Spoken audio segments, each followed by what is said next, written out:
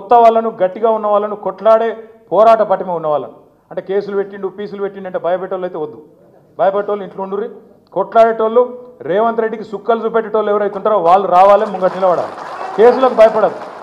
కేసులకు భయపడితే మనమేం నాయకులు నాకు అర్థం కాదు ఇంకొకటి చెప్తున్నా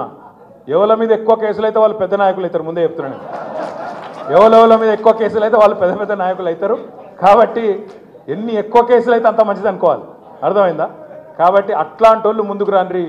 పోయింది అధికారం మాత్రమే పోరాట పటిమ కాదు తప్పకుండా కాంగ్రెస్ ప్రభుత్వం యొక్క